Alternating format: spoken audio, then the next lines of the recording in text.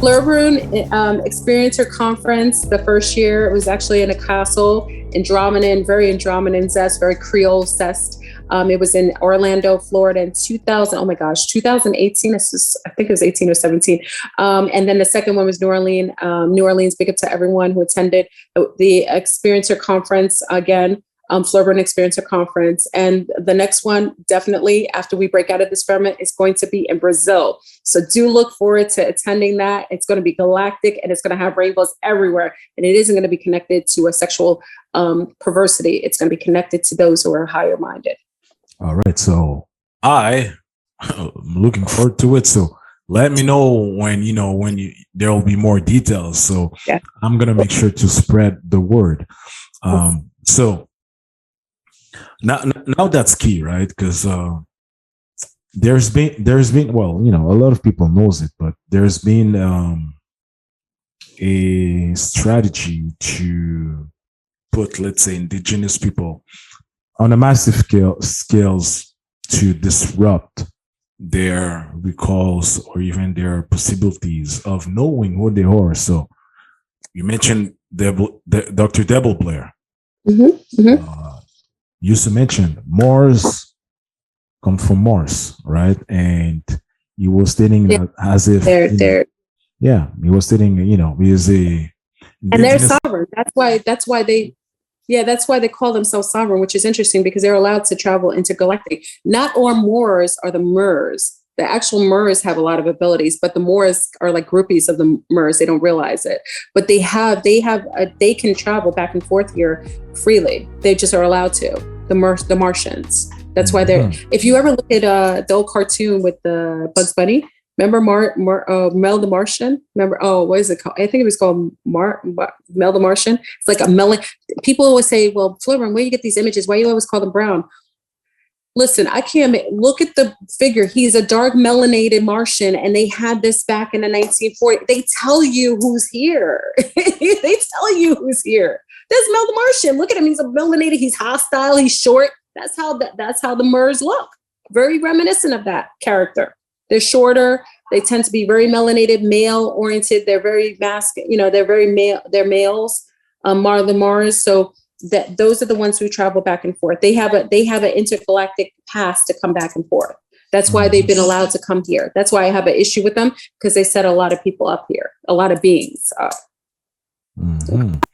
So, going back on Dr. Devil Blair, so he mentioned how, yes, indigenous, but it's good to know it, but it's not the total awareness of it. And, when you shift, right? So thinking about Africa, then indigenous, American, yeah.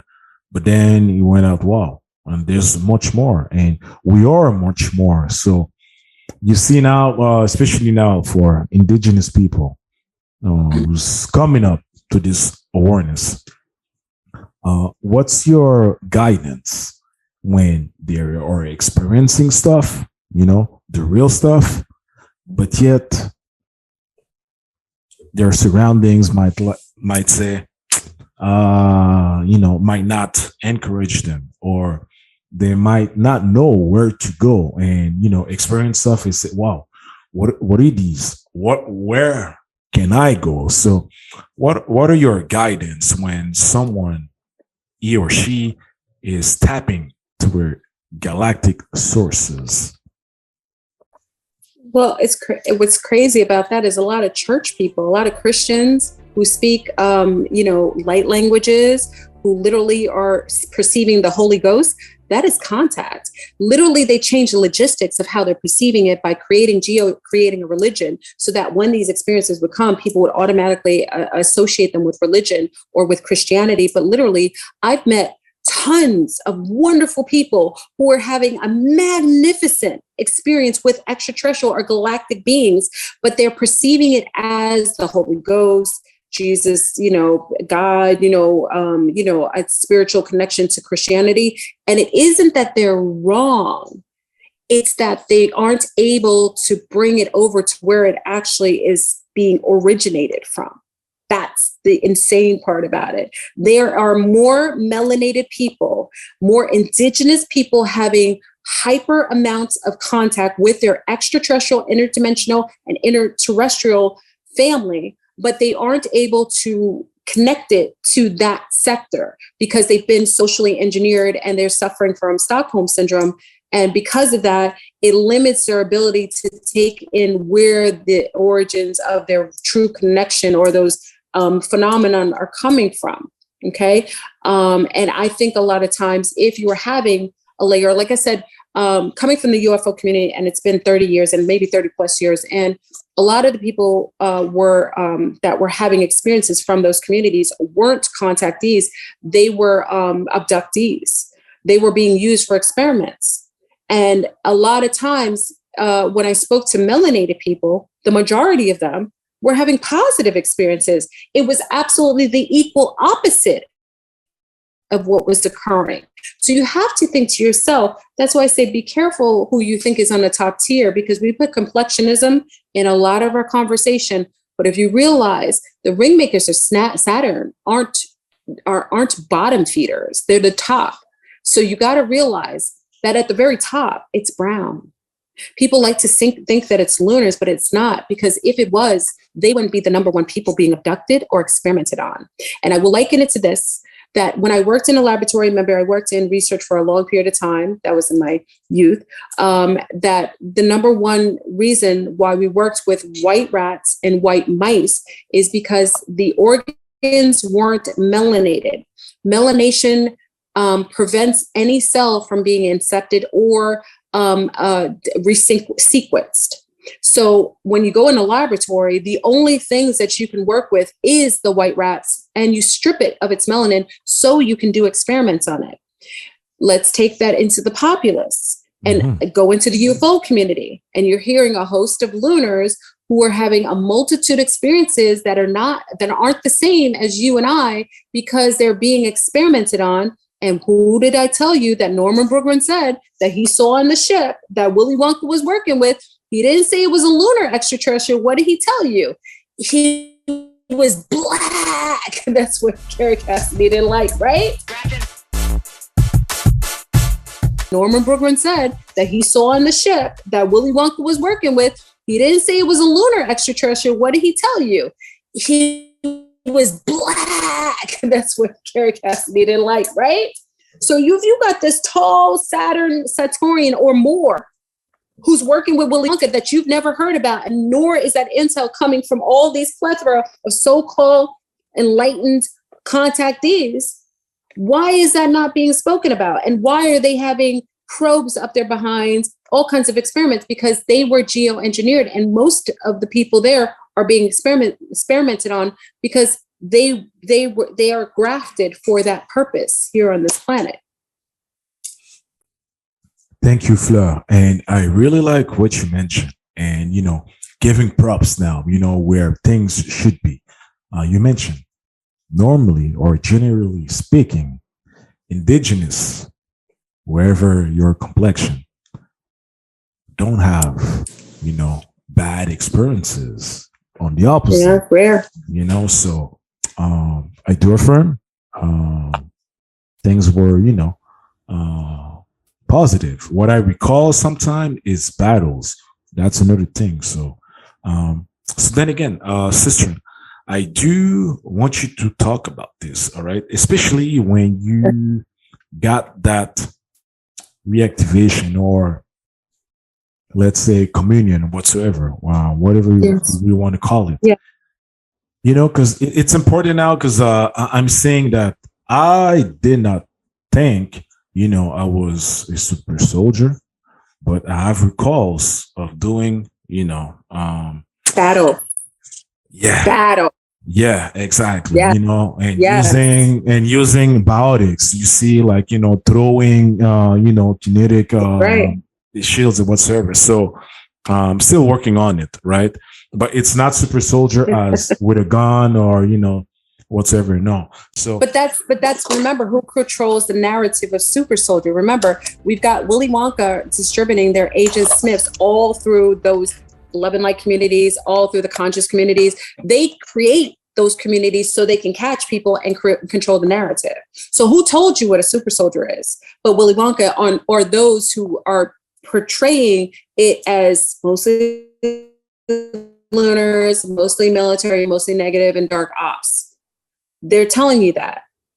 But when you would hear when it really happened to you and you knew, because many people are dreaming or having remembrances of battles. That is because you are a warrior. And remember, there's different timelines. We coexist in a multitude of timelines.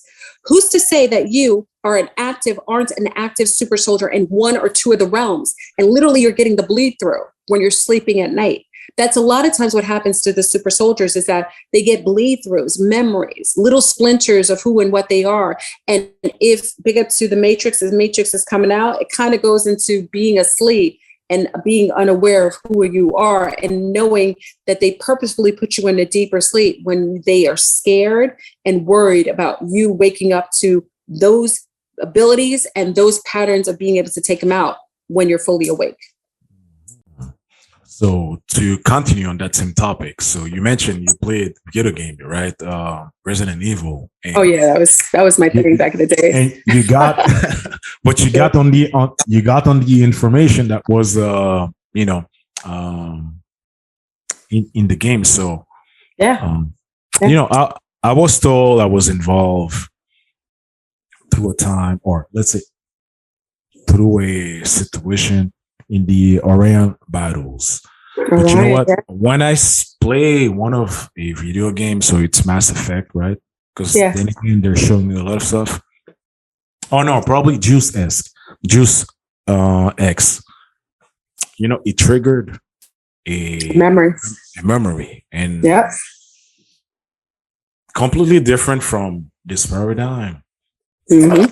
The battle was, let's say, levitating, and throwing, I'm going to say probably kinetic projectiles, all right, against malicious beings. So then again, that aspect, because we might hear it sometimes in the, some of the, let's say, comic books about this, but they're really real. So please give your awareness regarding this. And then after this, there's two questions. We're gonna let Fleur, all right, answer these, all right? So, yes. Like I said, it's necessary to cloak who you are, and everything is a program. So they create video games with the abilities and the likenesses of the people that they have entrapped in the holographic world. So really in itself, you get triggered from memories, but then you say, oh, it's just a video game. Oh, I'm just being triggered because I'm just playing this. Meanwhile, it's literally a memory and you're suppressing it consciously because you're already under a spell that this isn't real. That's how they get away with all of these projecting, putting these movies out, because they want to cloak who you are. So if you think it's just science fiction, if you think it's just a movie, you won't attribute it to who you are personally. It's wonderful. It's actually masterful mind control programs and social engineering. So people aren't aware. The activation, like the Agigi, big up to those who are connected to Anunnaki, the Agigi are like the ones who were in the ships, the little ships that were prod. That's what I got caught in with my sea stars when we came to this planetoid and got caught. We came here and our ship came here, and you'll hear them as the cosmonauts. We were travelers and basically like explorers. The same thing that I do in my real world, in this 3D world, is the same thing that I did in my cosmic world. I was an explorer and I brought my people here. And I do feel really sad sometimes that I brought them to a place and we weren't ever able to leave until this opportunity that's coming up right now. But do know the Super Soldier program is just basically that who you are on every realm other than the one that they're trying to hide you as that in. So there's a lot more super soldiers than is being denoted. And the super soldier isn't only connected. Now, they do have them Willy Wonka wise. They do geo-engineer them, but how they reversed engineered them from the original super soldiers, which is us. Thank you. Well said. All right. So, Fleur, we're going to go. I'm seeing already two questions. All right. So, okay. So, Fleur, Are you familiar with geodesic dome structures on the dark side of the moon? I had reoccurring dreams of going to geodesics on the dark side of the moon. Does this resonate with you? It does. I think big up to the Zoomies. We were talking about this, and this is my opinion, so I'm going to give you mine. I think that we're on the moon. I think that we are here on the moon and it's holographically looking like Earth. And the dome that we're encased in is the dark side of the moon. That's why they say, oh, you get mind swapped on the dark side of the moon. Well, darn skip, because we're already on the dark side of the moon. I think we're on the moon. That's why I think they put this whole artificial thing of landing on the moon. It was kind of to shapeshift the fact that we were already in a crater and domed with this firmament. So that's my opinion. I do agree with you. I think we are in a dome. And I personally think this is the dark side of the moon. That's why when we transcend and die, we get recycled right back in here. We don't go anywhere to get recycled. It's already here. The recycling center is here. All right. So thank you, Indigo Flame, for the question. So next, thank you, Ruth. Yeah. So, hey, good to see you, Ruth Doctress. All right. So from the West Coast. So West Coast. Yeah. So thoughts on people from portals, not planets. So very good. Woo! I love your consciousness. That's why I can tell a conscious being in here, because they don't have automated questions that are just generated from artificial, social engineering. People, like I said, the tall waves are interdimensional. Oh, go ahead. There's more to it. There's more for you, though. Okay. All right. So I travel as a violet flame, taking through spiral tunnel that lead to black hole. So flying lights talk in sounds that sounds like wind and vibrating rumbles, but no word. Nice. But we might go probably, the fact she's been traveling as a violet flame to spiral tunnels and, thoughts on people from portals. Yes. It can happen. It is. If you perceive yourself, that's probably what you are. That's probably how you got here. You travel, just the fact that you hear the scream, it's like screaming sounds. It's like echoes and sounds like scream. It's like long screams. It's not screams of people. It's like a screaming sound, like because you're breaking sound barriers and light barriers. Going through and the purple flame could literally be how you are perceived as you're going through the portal, because you departicleize. We don't go in our full. That's why the programs, Project Pegasus, I think Project Paperclip, I forgot which one, they were utilizing different jump rooms to try to relocate people through these jump doors and jump places. And you had to departicleize, and some people would lose their feet, like if they landed in water, because once you departicleized, you had to come back in your form. And when you did, if you wasn't in a perfect place with a healthy homeostasis as far as temperature, or if you landed in water, you wouldn't solidify properly. Your perception of that makes me think that you definitely do that. And that's how you perceive yourself. That's how you're perceived when you're going through that loop, that spiral, is as a flame, because that's probably how you do compartmentalize. You probably look like a flame when you're going through. I think you did, because you wouldn't have that memory if you didn't. That's usually what people say they hear when they go through portals. Thank you, Fleur, and thank you, Ruth Doctress, for the question.